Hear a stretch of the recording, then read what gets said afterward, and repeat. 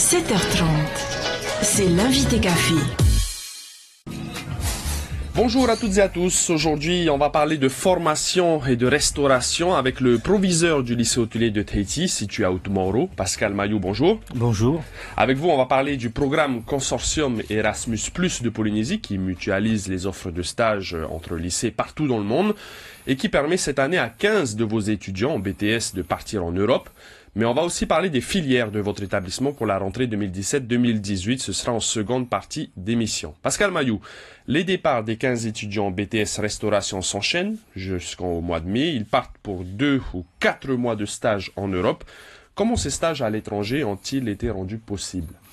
Eh bien, on a une grande chance en Polynésie, c'est qu'il existe ce consortium que tu as évoqué concernant les Erasmus. C'est un programme européen qui donne des bourses à des étudiants pour aller suivre en Europe des stages de formation professionnelle. Et on a eu l'occasion, il y a 2 ans, de participer à ce consortium. On avait 4 étudiants qui sont partis. L'année dernière, on en a eu 10. Et cette année, on en a 15. Et vraiment... j'étais avec mes collègues de Métropole il y a quelques semaines et ils n'ont pas tous cet outil de consortium Erasmus+, qui est géré ici en Polynésie par la DG2E et ce qui permet, on est plusieurs lycées, on fait des demandes de mobilité pour nos élèves, pour nos étudiants.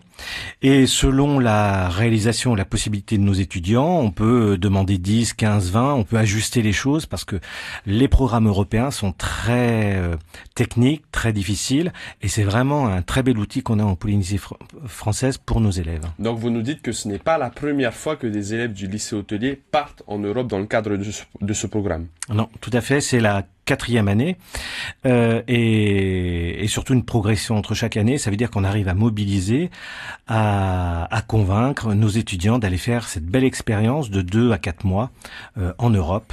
On avait déjà un certain nombre d'élèves, une dizaine ou une douzaine chaque année qui partaient en métropole.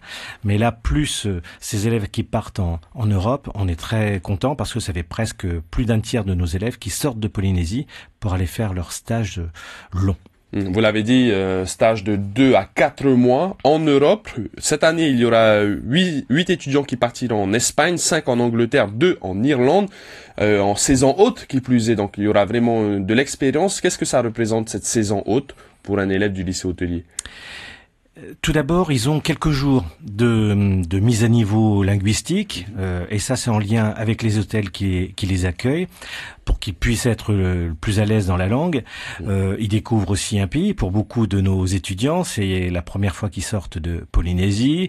Certains, ça va être la première fois qu'ils vont prendre le train, qu'ils vont découvrir des aéroports très gros, comme celui de Madrid ou celui de Paris. Et pour eux, c'est vraiment un bon choc culturel, linguistique bien sûr, culturel, et comme ils ont été formés chez nous pendant au moins 1 an, ils sont très appréciés des hôteliers qui les accueillent. Et on a chaque année des demandes de ces hôteliers qui ont reçu des étudiants qui en veulent, même certains plus chaque année, comme c'est le cas en Espagne. Est-ce que ces élèves doivent s'attendre à un rythme soutenu pendant leur stage ?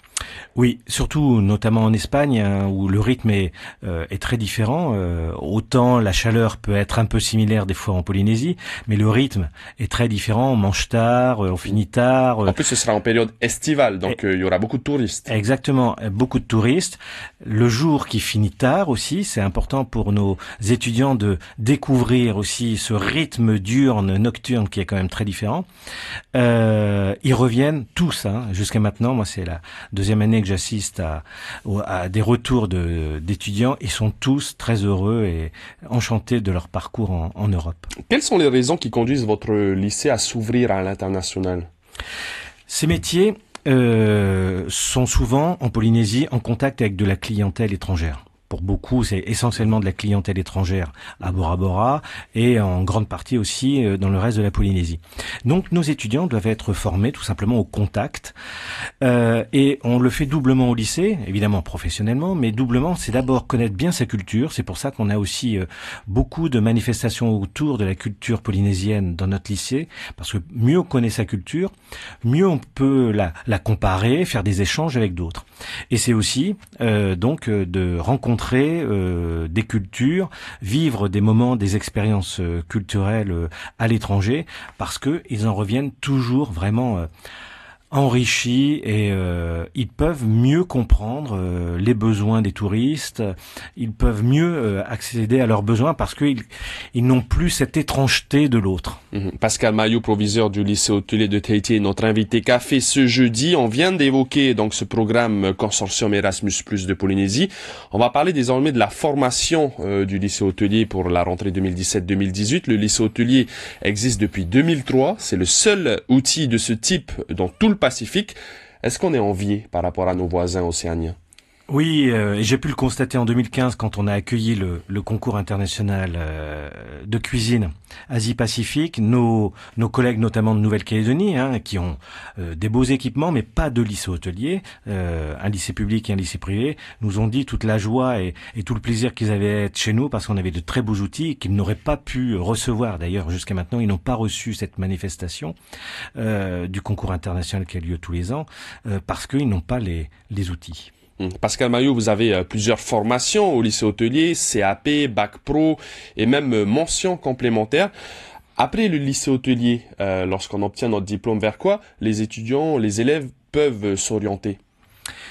Alors, au niveau, s'ils veulent poursuivre leurs études, après le BTS, d'abord à l'interne, ils peuvent faire, et on a des parcours, CAP, Bac Pro, BTS, d'ailleurs des élèves qui restent 5 ans, 6 ans dans notre lycée et se forment vraiment parce que on a des élèves de tous les archipels. On a plus de 20% d'élèves hors Tahiti. Près de 600 élèves au total. Hein. Exactement. Et donc on a un internat qui permet de les loger.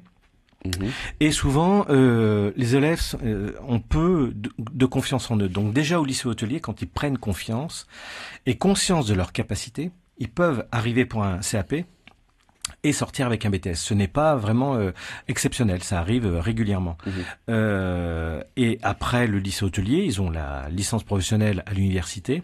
Et sinon, ils sont obligés d'aller en métropole pour parfaire, s'ils veulent aller sur un master notamment, pour parfaire leur formation. Pour la rentrée 2017-2018, je sais que les étudiants, enfin du moins les élèves collégiens du moins sont en pleine recherche par rapport à la formation pour laquelle ils opteront l'année prochaine. Est-ce que vous proposez des nouveautés? Sur quoi vous allez vous appuyer, vous, lycée hôtelier?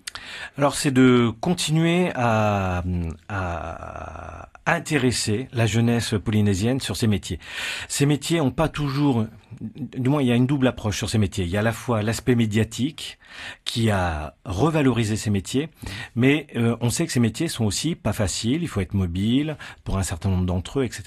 Donc on va continuer l'attractivité en organisant un certain nombre de manifestations, faire en sorte que des élèves de 3e ou après le bac rejoignent le lycée hôtelier de façon motivée et convaincue. Et donc l'attractivité de notre lycée, il est vrai, augmente d'année en année, et c'est très bien parce que ça forme des professionnels, vraiment des passionnés. Et on sait que dans ce métier, il faut être passionné. Merci Pascal Maillot, proviseur du lycée hôtelier d'Otumaoro de Tahiti, donc, d'avoir accepté notre invitation. On retient que 15 étudiants, donc, en BTS partent en Europe, 8 en Espagne, 5 en Angleterre, 2 en Irlande. C'est pour un stage de 2 à 4 mois. Et surtout, le lycée hôtelier continuera donc de former certainement les élites de demain en matière touristique. Merci Pascal Maillot. Merci à vous. Et on vous souhaite une belle journée. Merci. C'était l'invité café, 7h30 du lundi au vendredi.